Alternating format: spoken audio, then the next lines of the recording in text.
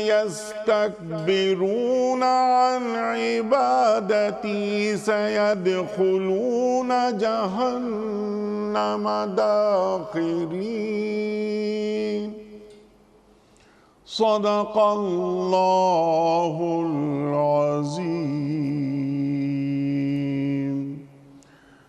اور تمہارے پروردگار نے کہا ہے کہ مجھے پکارو، میں تمہاری دعائیں قبول کروں گا۔ بے شک جو لوگ تکبر کی بنا پر میری عبادت سے منہ موڑتے ہیں وہ ذلیل ہو کر جہنم میں داخل ہوں گے۔ صدق اللہ العظیم۔ شیخ صاحب ارشاد فرمائیے دعا کیا ہے؟ ارشاد۔ بسم اللہ الرحمن الرحیم۔ اللہم صلی علی محمد وعلی آل محمد وبارک وسلم۔ رب اشرح لی صدری ویسر لی امری واحلل عقدۃ من لسانی یفقہوا قولی واجعل لی وزیرا من اہلی آمین یا رب العالمین۔ آپ نے خود جو نبی مکرم صلی اللہ علیہ وآلہ وسلم کی دو مبارک احادیث بیان فرمائی ہیں وہی دعا کا حاصل ہے کہ الدعاء مخ العبادہ، دعا عبادت کا مغز، اس کا جسٹ، اس کا جوہر اور اس کا حاصل ہے، اور الدعاء هو العبادہ، دعا ہی عبادت ہے۔ یہ دونوں روایات جامع ترمذی میں ہیں۔ اللہ کے پیارے رسول علیہ السلام کے بہت ہی جامع مبارک ارشادات۔ اللہ تعالیٰ نے انسان کو اپنی عبادت کے لیے پیدا کیا۔ قرآن فرماتا ہے سورہ ذاریات آیت نمبر 56 میں وَمَا خَلَقْتُ الْجِنَّ وَالْإِنسَ إِلَّا لِيَعْبُدُونَ، اللہ فرماتا ہے میں نے تمام جنات اور انسانوں کو صرف اپنی عبادت کے لیے پیدا کیا۔ سبحان اللہ۔ عبادت آل انکلوسیو پیکیج ہے پوری زندگی کے لیے۔ البتہ عبادت کا جو کرکس آف دا میٹر ہے وہ ہے عربی میں کہتے تذلل، یعنی اپنے آپ کو جھکا دینا اور بچھا دینا۔ اس جھک جانے اور بچھ جانے کی انتہائی کیفیت وہ دعا میں بندے کو میسر آتی ہے۔ اس لیے اللہ کے پیغمبر علیہ السلام فرما رہے کہ دعا ہی عبادت ہے اور دعا عبادت کا مغز اور جوہر ہے۔ ایک اور سادہ سے انداز میں سمجھیں تو دعا کیا ہے؟ بندے اور رب کے درمیان آسان ترین اور تیز ترین رابطہ وہ دعا ہے۔ سبحان اللہ۔ بندے اور رب کے درمیان آسان ترین اور تیز ترین جو رابطہ ہے وہ دعا ہے۔ اور اس سے بڑھ کر خود قرآن کا حکم جو آیت کریمہ زیر مطالعہ ہے سورہ مؤمن کی آیت نمبر 60 کہ رب نے حکم دیا ہے اس بات کا کہ اس کو پکارا جائے اور اس سے مانگا جائے۔ اور آپ نے جیسے کہ انٹرو میں امام زین العابدین رحمۃ اللہ علیہ کا قول پیش کیا کہ مالک میں کون ہوں تجھے بتانے والا کہ مجھے بھوک لگی ہے، مجھے پیاس لگی ہے، مجھے کپڑا چاہیے، میں بیمار ہو گیا، میں کون ہوں؟ میں تو اس لیے مانگتا ہوں کہ مالک تو نے مجھے مانگنے کا حکم دیا۔ اللہ اکبر، اللہ اکبر۔ اور اللہ کو پسند ہے مانگنا، اور اللہ اتنا ہمیں موٹیویٹ کرتا ہے، انسپریشن دیتا ہے، ترغیب دلاتا ہے۔ سورہ البقرہ، سبحان اللہ، اور ماہ رمضان کا مہینہ اور ماہ رمضان سے متعلق جو کچھ قرآن میں وہ ایک ہی مقام پر ہے۔ البقرہ کا 23واں رکوع، وہاں روزے کا حاصل بھی آتا ہے۔ وَإِذَا سَأَلَكَ عِبَادِي عَنِّي فَإِنِّي قَرِيبٌ أُجِيبُ دَعْوَةَ الدَّاعِ إِذَا دَعَانِ۔ اے میرے نبی صلی اللہ علیہ وآلہ وسلم، جب میرے بندے آپ سے میرے بارے میں سوال کریں بے شک میں تو قریب ہوں۔ اور دوسری جگہ سورہ قوف میں ہے نحن اقرب الیہ من حبل الورید، اللہ فرماتا ہے ہم تو بندے کی شہرک سے بھی زیادہ اس کے قریب ہیں۔ اچھا، کیونکہ رمضان کا مہینہ ہے ذرا اس کو جوڑ لیتے ہیں۔ روزے کا ایک حاصل کیا ہے؟ میرے جسم کا کمزور اور ڈھیلا پڑنا بھوک اور پیاس کی وجہ سے جو کہ رب کو پسند ہے، اور میری روح کا بیدار ہونا، اور اس روح میں ارج ہے لقاء اللہ کی، اللہ سے ملاقات کی۔ اور پھر وہ حدیث قدسی کہ الصوم لی وانا اجزا بہ یا وانا اجزی بہ، روزہ میرے لیے ہے میں ہی اس کا بدلہ دوں گا، اور دوسرا ترجمہ میں ہی اس کا بدلہ ہوں، بندے کو اللہ ہی مل جائے گا۔ تو روزے کا بھی حاصل کیا ہے؟ اللہ سے قرب کا معاملہ، اور اس قرب کی ایک انتہا اللہ کہتا ہے میں تو تمہاری قریب ہوں۔ اس قربت میں کرنے والا کام کیا ہے؟ اجیب دعوت الداعی اذا دعان، جب جب پکارنے والا مجھے پکارتا ہے میں اس کی دعا کو سنتا ہوں۔ کس قدر اس میں گارنٹی ہے، کنفرمیشن ہے، ترغیب ہے، انسپریشن ہے، تشویق ہے، شوق و ذوق دلایا جا رہا ہے کہ مانگو میں تمہاری پکار کو سنوں گا۔ اور روزے کی آیات میں یہ آیت رکھ دی، یہ آیت رکھ دی گئی۔ اچھا، اس کا ایک اور مطلب یہ ہوا کہ اللہ مانگے تو ہر آن. میں ڈرائیو کر رہا ہوں تو میں ہاتھ تو نہیں اٹھا سکتا, مگر میں ڈائریکٹلی مانگ سکتا ہوں اللہ سے. میں لیٹا ہوا ہوں, میں مانگ سکتا ہوں اللہ سے. اور اللہ کی قسم اگر میں بستر مرگ پر بھی ہوں اور بیماری کی انتہائی کیفیت میں بھی ہوں, چاہے میرے لب حرکت بھی نہ کر سکیں, میرا رب میرے اندر کی پکار کو, میرے دل کی پکار کو بھی سنتا ہے. یہ تو ہر آن ہے. مگر ایک ہے, ایک خاص ماہ مبارک ہے, ایک خاص اس کی برکات ہیں, ایک خاص اس کی عبادت ہے, اور اس سے گزار کر وہ قرب الہی عطا فرمانا چاہتا ہے میرا رب, اور اس پر کہتا ہے کہ مجھ سے مانگو. اسی لیے ہم کہتے ہیں افطار کے وقت کو بھی قیمتی جانو, دعائیں قبول ہوتی ہیں. صبح کے وقت کو جو سحری کا وقت ہے قیمتی جانو, دعائیں قبول ہوتی. اور اس وقت تو انتہا کیا ہے؟ اس وقت تو انتہا یہ ہے پورا سال رمضان میں پریکٹس ہو جائے, اٹھ ہی رہے نا سحری کرنے کے لیے, ورنہ پورا سال پورے سال کی ہر رات اللہ آسمان دنیا پر نزول فرماتا ہے رات کے آخری حصے میں, 1/3 آف دا نائٹ. بخاری کی روایت ہے, اللہ پہلے آسمان پر نزول فرماتا ہے, تشریح کریں گے اپنی شان کے مطابق, اور اللہ پکارتا ہے اس وقت, ہی ناکس ایٹ آور ڈورز. ہے کو مجھ سے مانگنے والا میں عطا کر دوں, ہے کو دعا کرنے والا دعا قبول کر لوں, ہے کو مصیبت کا مارا اس کی پریشانی کو دور کر دوں. عام دنوں میں, عام اوقات میں ہاتھ اٹھاتا ہوں یا اللہ قبول کر لے, اس وقت وہ کہتا ہے تجھے جو مانگنا ہے مجھ سے مانگ لے. تو یہ تو اللہ کی شان کریمی ہے, اس کو سب پتہ ہے آپ کی میری پوری کائنات ہر مخلوق کی کیا حاجت ہے, مگر اس کو بندوں کا مانگنا پسند, اتنا پسند ہے وہ موٹیویٹ کرتا ہے. اے میرے بندو, یہ حدیث قدسی ہے مسلم شریف میں, اور بڑی پیاری ہے اس معنی میں کہ 10 مرتبہ اللہ تعالیٰ اس حدیث قدسی میں کہتا ہے یا عبادی یا عبادی یا عبادی. صحیح مسلم کی روایت, اے میرے بندو تم سارے کے سارے بھوکے ہو سوائے وہ جس کو میں کھلاؤں, مجھ سے کھانا مانگوں میں تمہیں کھانا عطا کروں گا.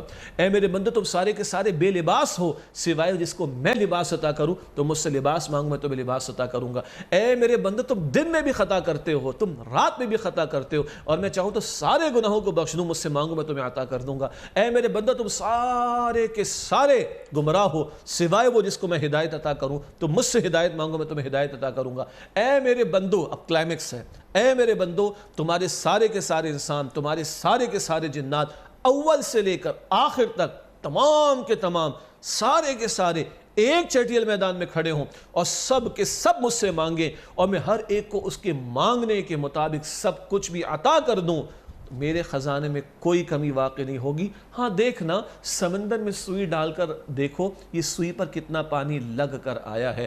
یہ ہے بخاری شریف میں, مسلم شریف میں, اور حدیث قدسی ہے. اللہ اس انداز سے, اب محروم ہے وہ شخص, اور بدبخت ہوگا, بد نصیب ہوگا کہ جو اللہ کی پکار پر لبیک کہہ کر اس سے نہ مانگے. جیسا آپ نے فرمایا, ہم دنیا والوں کے سامنے 1-2 دفعہ ریکویسٹ رکھتے ہیں تو تھوڑی سی ناگواری سیکنڈ ٹائم آتی ہے, 4تھی 5ویں مرتبہ تو بھگا دیتے وہ ہمیں. ان کو پکارنا, ریکویسٹ کرنا, مانگنا ناگوار گزرتا ہے. میرا رب اتنا کریم ہے, اس کو مانگنا پسند ہے, اور بندہ نہ مانگے تو آیت کیا بتا رہی ہے, ان الذین یستکبرون عن عبادتی. یہاں عبادت دعا ہے, جو میری عبادت سے تکبر کریں گے. تم مانگتے نہیں ہو, تم نے اپنے آپ کو پھنے خان, ترجمانی ہوگی ہماری زبان میں, کیا سمجھ بیٹھے ہو اپنے آپ کو؟ تم سیلف سفیشینٹ ہو کیا؟ تم محتاج نہیں ہو کیا؟ تم حاجت مند نہیں ہو کیا؟ تم ضرورت مند نہیں ہو؟ اللہ کہتا ہے جو مجھ سے مانگنے سے تکبر کریں گے ذلیل ہو کر جہنم میں داخل ہوں گے. تو بندے کا نہ مانگنا اللہ کو اس پر غصہ آتا ہے. اور کتنا مانگے؟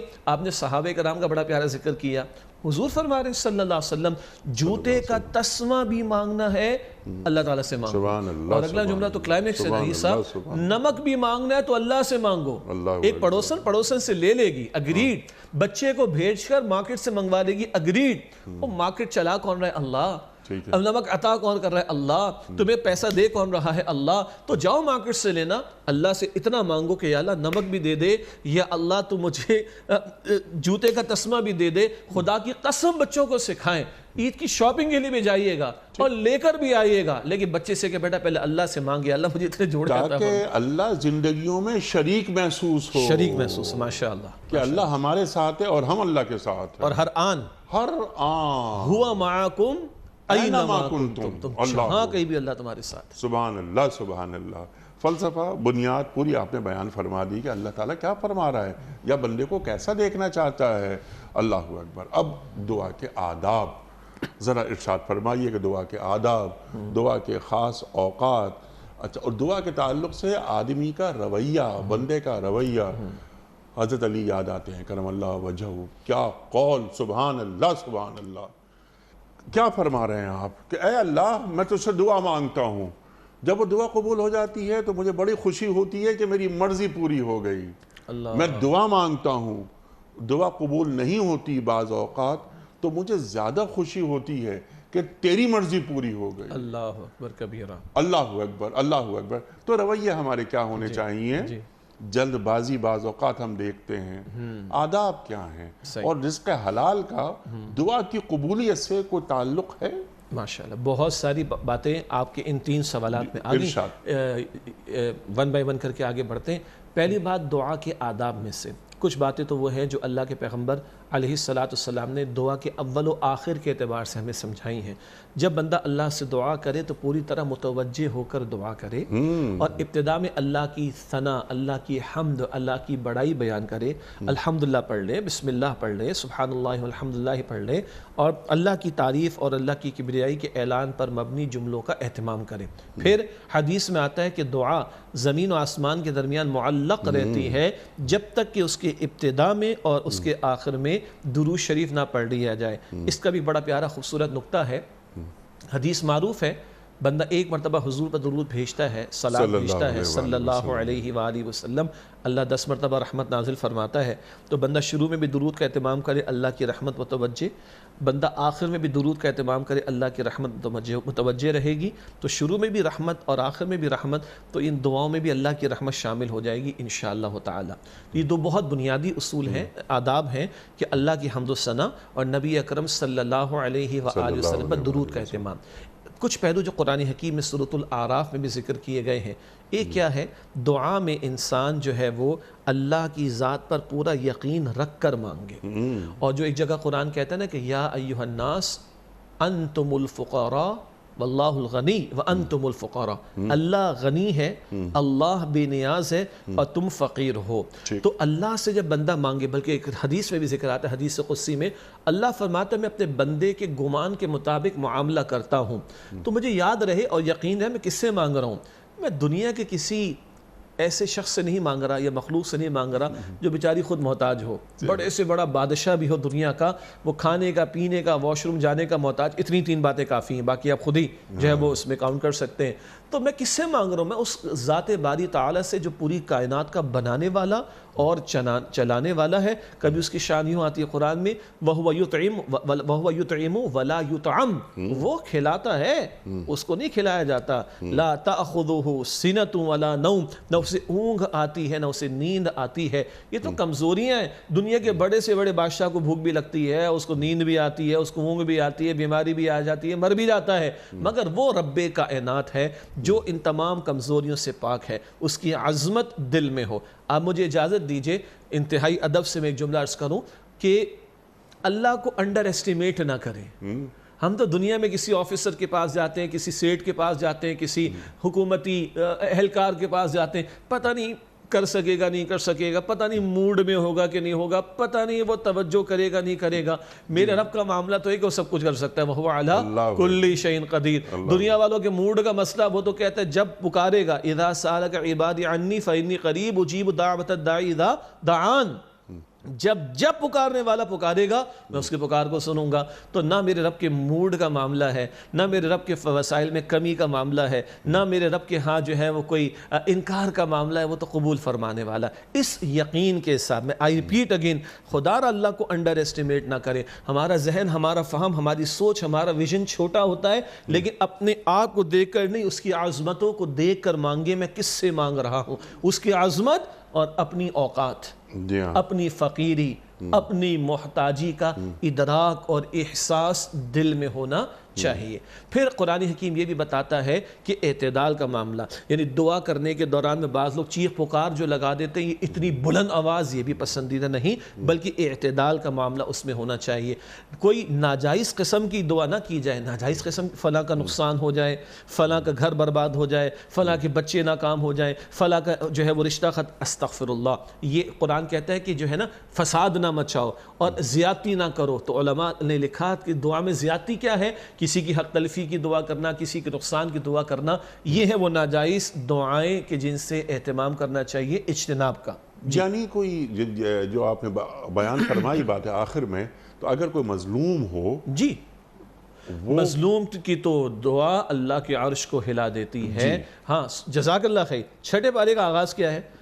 ہاں لا یحب اللہ کا پارا. اللہ تعالیٰ کہتے ہیں کسی کا بلند آواز سے برائی کا بیان کرنا اللہ کو پسند نہیں. الا من ظلم، مگر یہ کہ جس پر ظلم کیا گیا.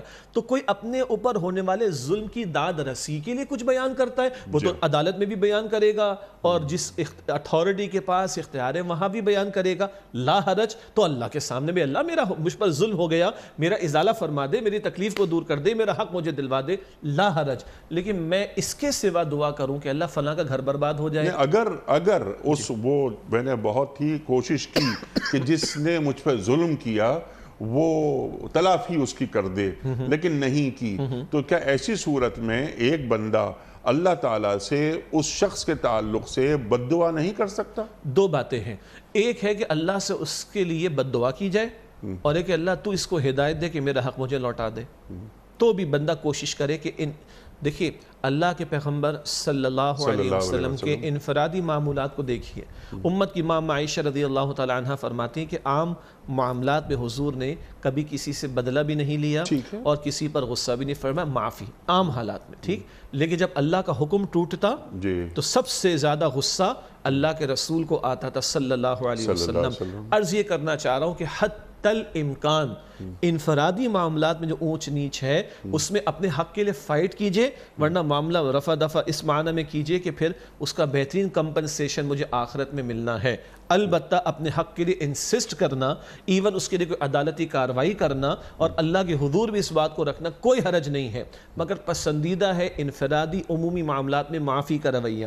لیکن ہمیں کبھی غصے نہیں آتے جب اللہ کا حکم ٹوٹ رہا ہوتا ہے، اللہ کی شریعت کی حکم کو توڑا جا رہا ہوتا ہے، اللہ کے احکامات پامال کیے جا رہے ہوتے ہیں. ہمارے گھر میں مرچ نمک اوپر نیچے ہو جائے میں کتنا غصہ آ رہا ہوتا ہے. افطار کے موقع پر گرم گرم اگر شے نہیں آتی تو لوگوں کا پارا کتنا چڑھ جاتا ہے. اور سود کا دھندا جاری رکھ کے اللہ تعالیٰ اور اس کے رسول سے جنگ کی جا رہی ہو، بے حیائی کا طوفان پھیلا کر اللہ کے غضب کو دعوت دی جا رہی ہو، شریعت کے احکامات کا مذاق اڑا کر اللہ کے احکام کے ساتھ کھلواڑ کیا جا رہا ہو، مقدس مہینے میں اللہ کی تعلیمات کا مذاق اڑایا جا رہا ہو، اس کی خلاف ورزی کی جا رہی ہو، یہاں پر ہمیں غصہ نہیں آتا. تو دیکھنا چاہیے کہ کہاں غصہ آ رہا ہے. کیا پیغمبروں نے دعائے ضرر جس کو بد دعا ہم کہتے ہیں کی ہے؟ بالکل کی ہے. نوح علیہ السلام نے کی ہے. سورہ نوح پڑھیں 950 برس کے بعد. اگر تو نے ان کو اب زندہ چھوڑا یہ تو پیدا بھی کریں گے تو کافر کو پیدا کریں گے، جنم بھی دیں گے تو کافر کو جنم دیں گے. اللہ تو ان کو مٹا دے. No doubt about this. پیغمبر میں شفقت بھی ہوتی ہے اور پیغمبر میں غیرت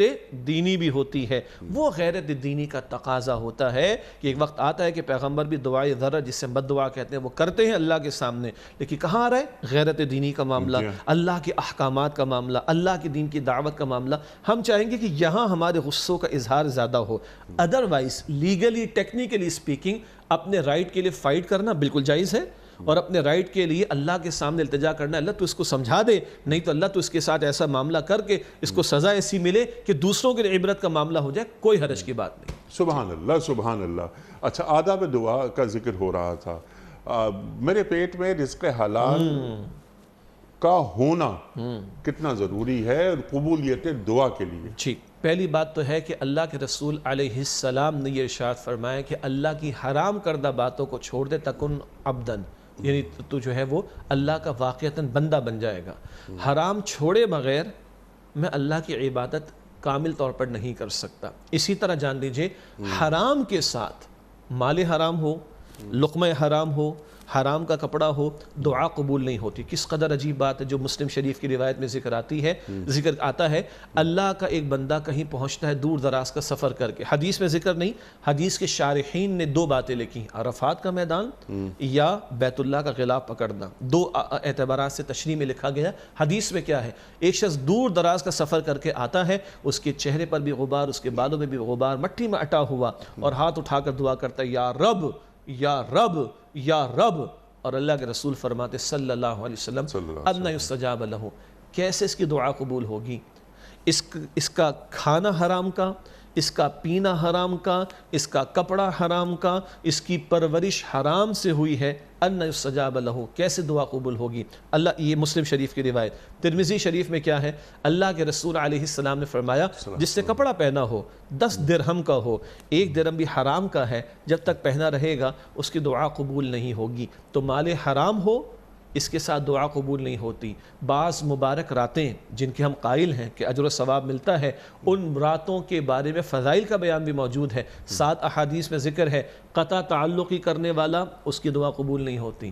عبداللہ بن مسعود رضی اللہ عنہ کا یہ ذکر ملتا ہے کہ مجلس مکمل ہو رہی تھی، درس کی مجلس ہوگی، اس کے بعد دعا کرنے لگے، فرمانے لگے کہ اگر اس مجلس میں کوئی قطع تعلقی کرنے والا بیٹھا ہے، رشتے توڑنے والا، کاٹنے والا، بھائی وہ اٹھ کے چلا جائے، ورنہ ہماری دعا کی قبولیت میں رکاوٹ آ جائے گی۔ اللہ اکبر۔ تو ہم بھول گئے آج یہ سبق۔ ہمیں انتہائی محبت اور ادب سے، اخلاص کے ساتھ عرض کروں، ہمیں فضائل تو یاد ہیں کہ میں روزے دار کو روزہ افطار کراؤں گا تو اتنا اجر ملے گا، میں نفل ادا کروں گا تو اتنا اجر ملے گا، انشاءاللہ ملے گا۔ لیکن روزے دار کو جو میں روزہ افطار کرا رہا ہوں وہ حلال سے کرا رہا ہوں کہ حرام سے؟ میں نے 100 لوگوں کی گردن کاٹی، گردن کاٹنے سے مراد ان پر جبر کر کے ان کا مال لوٹا، اور میں جا کے 10 لوگوں کو جو ہے دسترخوان لگا کے افطار کراتا ہوں، اور میرا خیال ہے کہ میں اللہ تعالیٰ کے ہاں مقبول ہو جاؤں گا، یہ خام خیالی ہوگی۔ اللہ کے رسول کے لوگ کہتے ہیں یار آپ لوگ زیادہ جذباتی ہو جاتے ہیں، استاد بھی ہمارے ڈاکٹر اسرار صاحب رحمۃ اللہ علیہ، تو لوگ کہتے ہیں آپ لوگ جذباتی ہو جاتے ہیں۔ اور بھائی اللہ کے پیغمبر کی واضح احادیث کے برعکس ہم سوچ و فکر کو پروموٹ کریں گے تو کیا ہمیں خوشی ہونی چاہیے ایک امتی کو؟ حضور فرماتے صلی اللہ علیہ وسلم، مسلم شریف کی روایت ہے، مال حرام سے پلا ہوا جسم جہنم کا مستحق جنت میں داخل نہ ہوگا۔ حضور فرماتے صلی اللہ علیہ وسلم اللہ طیب ہے، پاک ہے، اور پاک کو قبول فرماتے ہیں۔ مسلم شریف کی روایت، تیسری بھی مسلم شریف کی روایت، اللہ کے رسول فرماتے علیہ السلام حرام مال سے کیا گیا صدقہ قبول نہیں ہوتا۔ آپ روزہ دار کو روزہ افطار کرائیں، اللہ قبول فرمائے، نمود و نمائش بھی نہ کریں، ورنہ دکھاوے کا عمل کیا ہے؟ شرک ہے۔ من تصدق یرائی فقط اشرک، مسند احمد کی روایت، جس سے دکھاوے کا صدقہ دیا اس سے شرک کیا۔ میں اپنی بات کو دوبارہ ریپیٹ کرتا ہوں، کپڑا ہم ایسا بیچیں کہ دوسرے کے جو ہے وہ جیب کو لوٹ لیں، ہم جو ہے وہ باقی چیزیں اتنی مہنگی بیچیں کہ دوسروں کی جیبوں کو جو جیبوں میں سے چھین کر اپنی تجوریاں بھریں، اور اپنی دانش میں سمجھے کہ 100 کا میں نے خون تو نچوڑا ہے، اب میں نے 10 کو جا کے جو ہے وہ روزہ افطار کرا دوں، کھانا کھلا دوں، تو بہت بڑا نیکی کا کام ہے۔ کھانا کھلانا نیکی کا کام ہے، لیکن حرام خوری کے ذریعے سے اگر ہو رہا ہے تو حرام مال سے کیا ہوا صدقہ قبول نہیں ہوگا۔ اسی طرح حرام سے پلا ہوا جسم وہ جہنم کا مستحق ہے۔ امام الانبیاء فرما رہے صلی اللہ علیہ وسلم، اور حضور فرما رہے ہیں حرام کا لباس ہو، حرام کی غذا ہو، حرام کا کھانا ہو، حرام کا پینا ہو، تو اس کیفیت کے ساتھ دعا قبول نہیں ہوتی۔ اللہ اکبر، اللہ اکبر۔ اچھا، درمیان میں ایک بات آئی تھی لیکن پھر ذرا آگے بڑھ گئی۔ بعض افراد ہم میں سے ایسے ہیں کہ جو دعا کی قبولیت کے لیے جلدی بہت کرتے ہیں، دعا مانگی اور پھر شکایتیں بھی ہوتی ہیں بعض اوقات، اور نعوذ باللہ ہمیں اس طرح کفریہ کلمات بھی سننے کو مل جاتے ہیں کہ ہم دعائیں مانگتے ہیں وہ ہماری سنتا ہی نہیں ہے۔ تو یہ جو کانسیپٹ ذرا کلیئر کر دیں کہ اللہ تعالیٰ عادل ہے، جیسے ابھی آپ نے بات فرمائی، اللہ تعالیٰ ناانصافی کرتا ہی نہیں ہے۔ تو یہ دعائیں جو ہم مانگتے ہیں بعض اوقات وہ دعائیں قبول نہیں ہوتی، ہماری سمجھ میں نہیں آتی، تو کیا وہ دعائیں کہیں جمع ہو جاتی ہیں؟ ارشاد۔ جی، جیسے آپ نے بجا ارشاد فرمایا کہ اللہ تعالیٰ عادل ہے، وہیں اللہ تعالیٰ حکیم بھی ہے۔ جی، ہم لوگ تو پتہ نہیں جلد بازی میں کیا کیا مانگ لیتے ہیں، اس کو پتہ ہے کہ اگر اس کو مل گیا تو اس کے لیے مصیبت پڑ جائے گی۔ جیسے ایک چھوٹا سا بچہ بقرعید کے موقع پر جب ہمارے ہاں باربیکیو کی محفلیں سجتی ہیں اور انگارے وہ دیکھتے ہیں جس اس کو لائٹ نظر آتی ہے، تو بچہ تو اس میں اٹریکشن محسوس کرتا ہے، اس کو تو لائٹ نظر آ رہی ہے، وہ آگے بڑھ کر لینا چاہتا ہے، اور ہم آگے بڑھ کر اس کا ہاتھ کھینچ کر الگ کر دیتے ہیں۔ اس بچے کی سطح پر سوچیں تو کہے گا بڑے ظالم ہے میرے ابا یا میرا بھائی، مجھے اچھی سی روشنی نظر آ رہی، لینے نہیں دے رہے۔ باپ اور بھائی کیا کہتے ہیں؟ تجھے سمجھ نہیں آ رہی، تو اس کو ہاتھ لگائے گا تیرا ہاتھ جل جائے گا۔ تو باپ اس وقت کیا کہتا ہے؟ بیٹا تجھے نہیں پتا، مجھے پتا ہے۔ امپریشن تو یہ ہوتا ہے نا، اگر سمجھنے والا ہوگا تو بولیں گے، اور سمجھنے والا نہیں ہوگا تو چھوٹے بچوں کو امپریشن دیں گے۔ باپ کہتا ہے، میں یہ جان بوجھ کے الفاظ پڑھوں کہ آگے ایک آیت کوٹ کرنی ہے۔ باپ کہتا ہے کہ تجھے نہیں پتا، ہمیں پتا ہے۔ بھائی کہتا ہے تجھے نہیں پتا، ہمیں پتا ہے۔ بڑا کہتا ہے تجھے نہیں پتا، ہمیں پتا ہے۔ میرا رب کہتا ہے تجھے نہیں پتا، مجھے پتا ہے۔ واللہ، سبحان اللہ۔ وہ البقرہ میں جو قتال والی آیت ہے نا، اس میں الفاظ کیا آتے ہیں؟ کتب علیکم القتال وہو کرہ لکم، تم پر قتال فرض کیا گیا ہے، تمہیں بڑا ناگوار لگ رہا ہے، شرائط ہے لیکن ہے، فرضیت ہے، شرائط پوری ہوگی تو کرنا پڑے گا۔ عسیٰ ان تکرہوا شیئا وہو خیر لکم، اللہ ہو سکتا ہے ایک چیز میں ناگوار لگے ہو تمہارے لیے بہتر ہو، وَعَسَىٰ أَن تَكْرَهُوا خیرن وَهُوَ شَرٌّ لَكُمْ، اور ہو سکتا ہے کہ یہ چیز تمہیں اچھی لگ رہی ہو اور وہ تمہارے لیے ناگوار ہو۔ آگے اللہ کیا فرماتا ہے، وَاللَّهُ يَعْلَمُ وَأَنْتُمْ لَا تَعْلَمُونَ، اللہ فرماتا ہے میں جانتا ہوں تم نہیں جانتے۔ کہاں باپ کا علم، بھائی کا علم، اور کہاں میرے رب کا علم۔ تو ہم بھی اپنی کم علمی میں لا علمی کہیں، کم علمی کہیں، جلد بازی کہیں، جو چاہے سے کہیں، ہم بھی کچھ چیزوں میں بظاہر اپیرنٹلی اٹریکشن محسوس کر کے سمجھتے ہیں ہمارے لیے بہت اچھی ہیں۔ ہمارے کچھ ساتھ ہے چارٹرڈ اکاؤنٹنسی کے، جب ہم اسٹوڈنٹ تھے تو ہمیں بڑے اچھے طریقے سے سمجھایا، بیٹا بڑا اللہ سے مانگ مانگ کر 0 میٹر کار نکلوا لی، بس یا اللہ تو دے دے، یا اللہ تو دے دے، یا اللہ تو دے دے۔ اللہ معاف کرے خود ہی کہنے لگے بیٹا 5 دن کے بعد گن پوائنٹ پہ چلی گئی۔ تو اماں نے کہا بیٹا اللہ سے ضرور مانگو، مگر اللہ تو زیادہ بہتر جانتا ہے، تو خیر کا فیصلہ فرما دے، اللہ تو عافیت کا فیصلہ فرما دے۔ اور یہاں میں توجہ دلاؤں، اللہ نے دل میں بات ڈالی، دعائے استخارہ کیا عقیدہ بنتا ہے اس میں، فَإِنَّكَ تَعْلَمُ وَلَا أَعْلَمُ، اللہ تو جانتا ہے میں نہیں جانتا، تو اللہ اگر اس کام میں خیر ہے میرے لیے مقدر فرما دے اور اس کو میرے لیے بہتر کر دے، اور اللہ تیرے علم کے مطابق انسسٹ نہ ہو، ریکویسٹ ہو، اللہ تیرے علم کے مطابق یہ کام میرے حق میں بہتر نہیں تو مجھے اس سے اور اس کو مجھ سے دور فرما دے۔ میں گزارش کروں گا ناظرین سے، اللہ کے نبی علیہ السلام کے صحابہ اپنے بچوں کو دعائے استخارہ ایسے سکھاتے جیسے قرآن سکھایا جاتا ہے۔ تو اس میں پورا عقیدہ ہے حاصل کلام کہ دعا میں جلد بازی کا معاملہ نہ کریں۔ کبھی دعا اتنی بڑی بھی ہوتی ہے کہ 2500 سال لگ جاتے ہیں۔ حضرت ابراہیم علیہ السلام، اللہ اکبر، اس کائنات کی سب سے بڑی دعا ہے نا، اور ابو الانبیاء دعا مانگ رہے ہیں، اور کہاں مانگ رہے ہیں، ہاں جی، بیت اللہ شریف کی تعمیر ہو رہی ہے، جی، بیٹا ساتھ ہے، جی اللہ جی، مقام کیا ہے، جی، اور عمل تعمیر کعبہ ہو رہی ہے، جی ہاں، اور بنیادوں پر بلند کیا جا رہا ہے۔ ربنا وبعث فیہم رسولا منہم، اے اللہ انہی میں سے ایک رسول کو مبعوث فرما دے، تیری آیات کی تلاوت کرے، ان کا تزکیہ کرے، تیرے احکام کی تعلیم دے، حکمت کی تعلیم دے، اینڈ سو آن۔ 2500 برس کے بعد محمد مصطفیٰ صلی اللہ علیہ وآلہ وسلم دنیا میں تشریف لا رہے ہیں۔ تو اتنی بڑی دعا، اور ابو الانبیاء، امام الانبیاء، خلیل اللہ کی دعا ہے صلی اللہ علیہ وسلم، کیا قرب الہی کا عالم ہوگا ان کا، لیکن 2500 برس کے بعد یہ دعا قبول ہو رہی ہے۔ اب ان سارے جوابات کے بعد حضور کا جواب صلی اللہ علیہ وسلم، اور یہ سمجھے کہ اس معاملے میں آخری بات حضور فرماتے صلی اللہ علیہ وآلہ وسلم، دعا مانگا کرو، قبول تو ہوتی ہے، اللہ کی حکمت کے مطابق ہوگی۔ تشریح کر رہا ہوں، اب حکمت کے مطابق کیا ہے، اللہ تعالیٰ سے تم نے مانگا، اللہ تعالیٰ کی حکمت میں ہے کہ یہ تمہارے لیے بہتر ہے، اللہ وہی عطا فرما دے گا۔ ورنہ اگر تمہارے حق میں بہتر نہیں، اللہ حکیم، اس کو خوب معلوم ہے، تمہارے نفع نقصان کو خوب جانتا ہے وہ، تو اللہ وہ شے تو نہیں دے گا، ہو سکتا ہے کسی آنے والی بلا کو، مصیبت کو ٹال دے۔ نمبر 3 یہ بھی نہیں تو اللہ تعالیٰ اس کے اجر کو ذخیرہ کر لے گا۔ اور دنیا بہرحال دار العمل ہے، دار الجزا نہیں ہے، ملتا ہے یہاں بھی لیکن اصل وہاں ملنا ہے۔ تو فرمایا کہ تیسرا کیا ہے، اللہ تعالیٰ تمہاری دعا کا قبولیت کا معاملہ ایسے فرماتا ہے کہ ادھر کچھ نہیں دینا، اس سارے اجر کو ذخیرہ کر دیتا ہے آخر میں، آخرت کے لیے۔ اور کل جب وہ بندے کو اس کے اعمال کے نتائج اور اجر وغیرہ بتا دیا جائے گا تو ایک خاص اجر بتایا جائے گا، یہ بھی تیرے لیے ہے، تو کہے گا یا اللہ یہ کیا ہے، اللہ فرمائے گا یہ وہ ہے جو تو نے دنیا میں دعائیں مانگی تھیں مگر میں نے دنیا میں قبول نہیں کی تھی۔ اس اجر کو، جو ڈھیروں کا اجر ہوگا، وہ ڈھیر کو بھی ہم ڈیفائن نہیں کر سکتے، وہ کہے گا یا اللہ کاش میری ایک بھی دعا دنیا میں قبول نہ ہوئی ہوتی اور ساری تو ذخیرہ کر دیتا آخرت کے لیے۔ تو being a Muslim nothing to lose والی پوزیشن میں ہم ہیں، اور اللہ کے فیصلے پر راضی رہیں، اسی میں خیر ہے۔ کیوں؟ میرے نفع نقصان کو میرا رب خوب جانتا ہے، میری عقل، میرا علم، میرا فہم، میری نگاہ کمزور اور کم ہے، میرے رب کا علم کامل ہے، وہی بہتر فیصلہ فرماتا ہے کیا دینا ہے، یا کیا کچھ اور دینا ہے، یا مصیبت کو ٹال دینا ہے، اور کیا ہے جو اس بندے کے لیے آخرت میں اجر کر کے رکھ دینا ہے، جس کو دے کر بندہ اس وقت حسرت کرے گا کاش دنیا میں ایک بھی قبول نہ ہوئی ہو۔ سبحان اللہ، سبحان اللہ، یہ اللہ کے کام ہے، جیسے آپ نے بات فرمائی نا کہ اللہ تعالیٰ کو انڈر اسٹیمیٹ نہیں کرنا چاہیے۔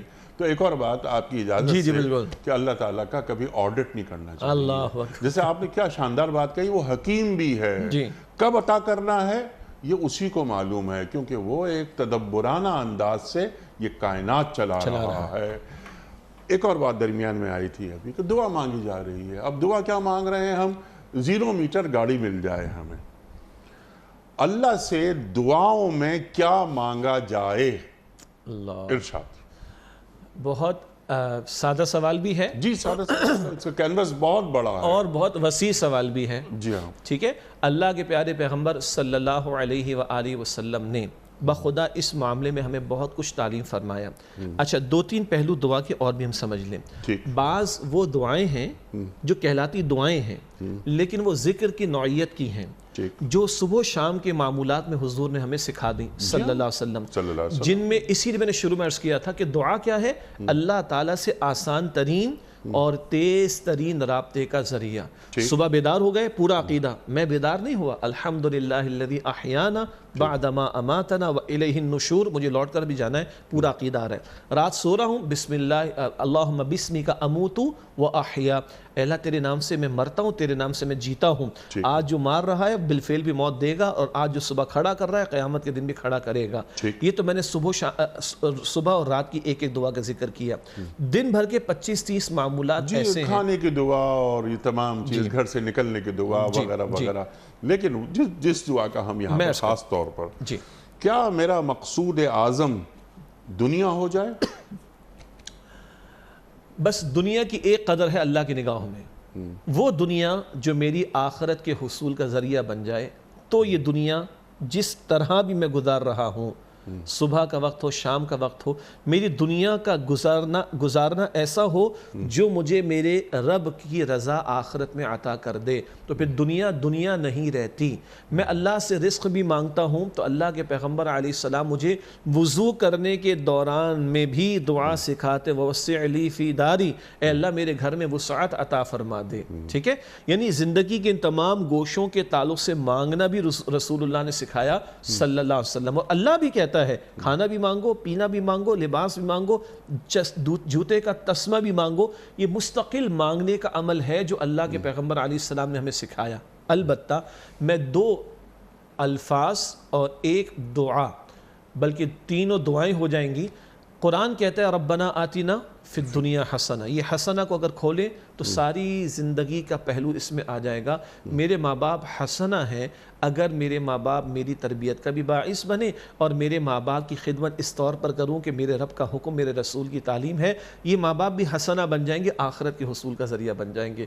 میری بیوی ہے، وہ اللہ کی بندی، میری حیا کی حفاظت کا ذریعہ میرے رب نے اسے بنایا، اور اس کی کفالت کو میرے رسول نے کہا تو اسے کھلاتا ہے تو یہ بھی صدقہ ہے تیرے لیے، اور گھر والوں کی کفالت کرنے کو بھی صدقہ ثواب کا کام کہا تو یہ بھی حسنہ ہو جائے گی۔ اس کو اگر اور کھولیں تو ساری زندگی آتی جامع دعا ہے حسنہ، ربنا آتنا فی الدنیا حسنہ وفی الآخرۃ حسنہ۔ دوسری دعا اللہم انی اسألک العفو والعافیۃ فی الدنیا والآخرہ، اے اللہ دنیا بھی عفو، معافی اور عافیت تجھ سے چاہتا ہوں۔ گاڑی ملے اے اللہ عافیت کے ساتھ ملے، اے اللہ صحت ملے عافیت کے ساتھ ملے، اے اللہ اولاد ہے اللہ عافیت کے ساتھ دے، اے اللہ میرا پروفیشن ہے عافیت کے ساتھ ہو، اے اللہ میری کرسی ہے عافیت کے ساتھ ہو، اے اللہ میرا اقتدار ہے عافیت کے ساتھ ہو۔ یہ عافیت کا لفظ بھی بہت وسیع پوری دنیا پر محیط ہو جائے گا، اور لیکن عافیت دنیا میں بھی اور عافیت آخرت میں بھی مانگی جا رہی۔ اور ٹاپ آف دا لسٹ میرا خیال ہے کہ اس پر آ کر ساری دعائیں شاید پائے تکمیل کو پہنچ جائیں۔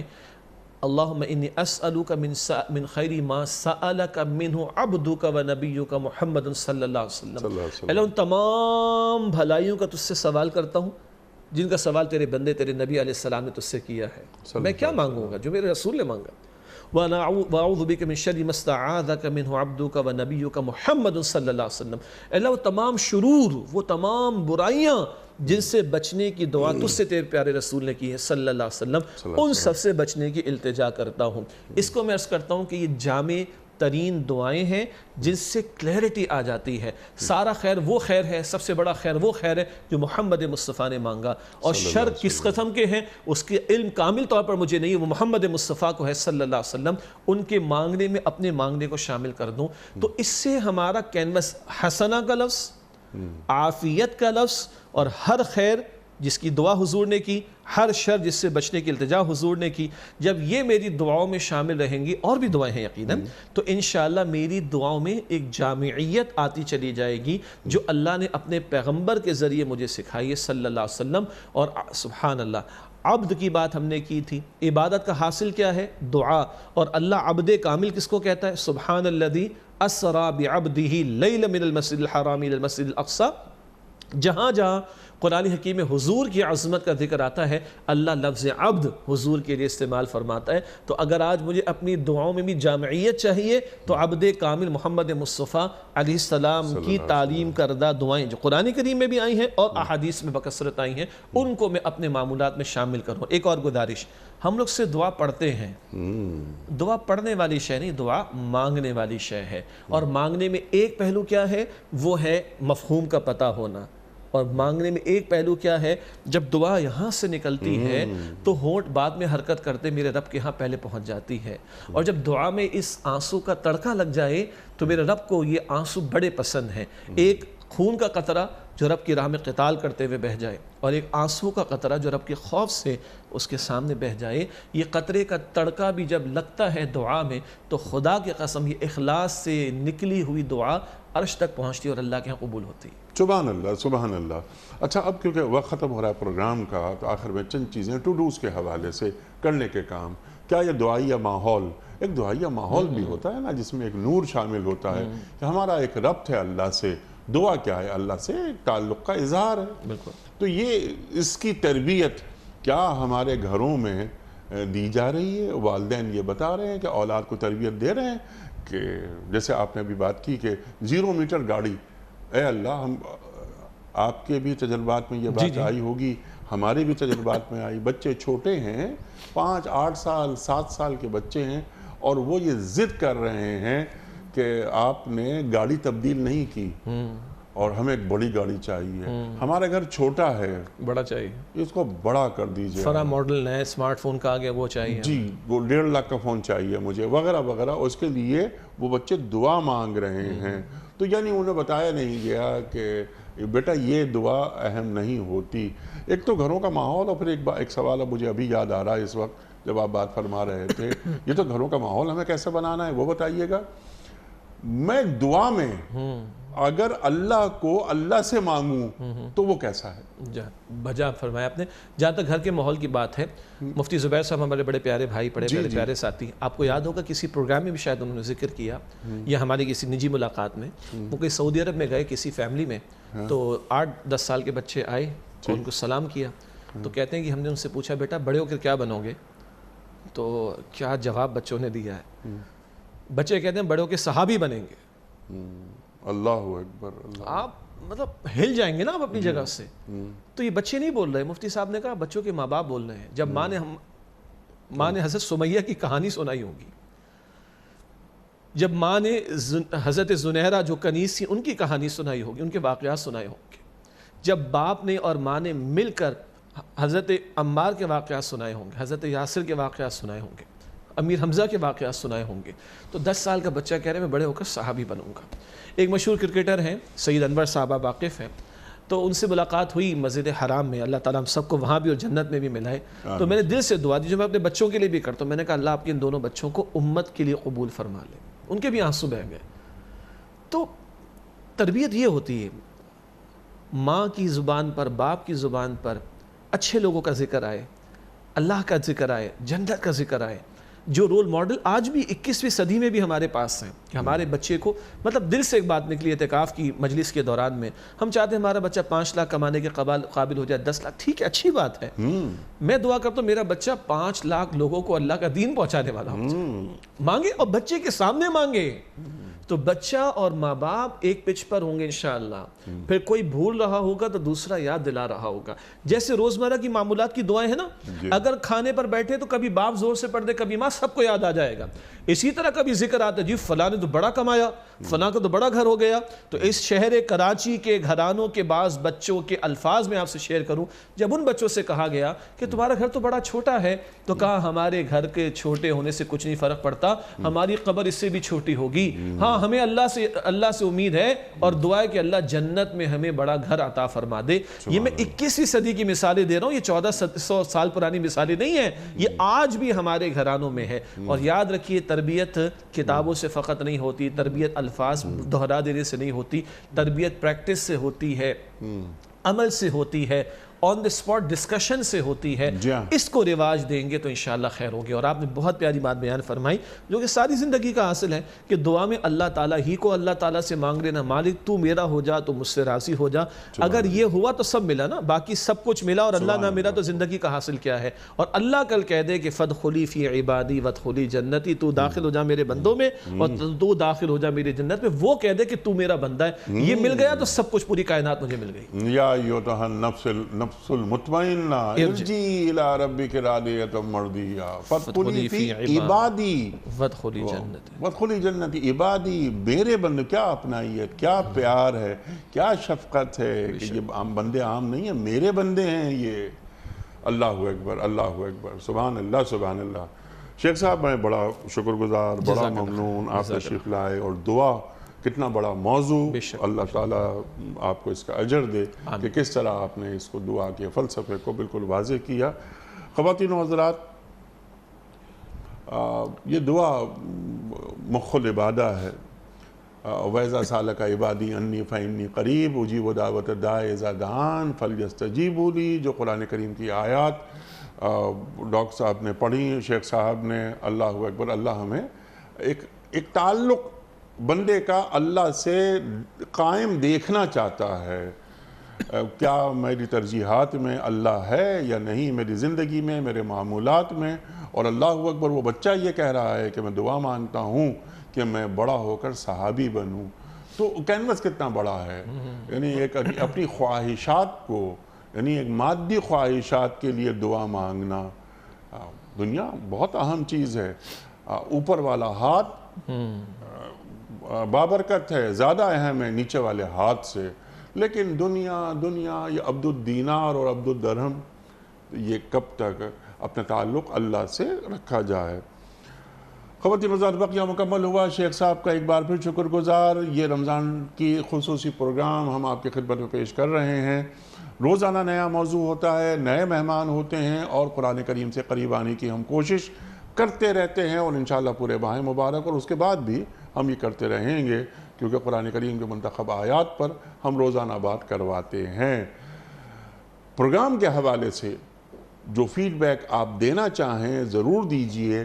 ہمارا ایڈریس ہے ps@dunyatv.tv۔ اپنے میزبان انیق احمد کو کل تک کے لیے اجازت دیجئے۔ خدا حافظ۔ پروردگار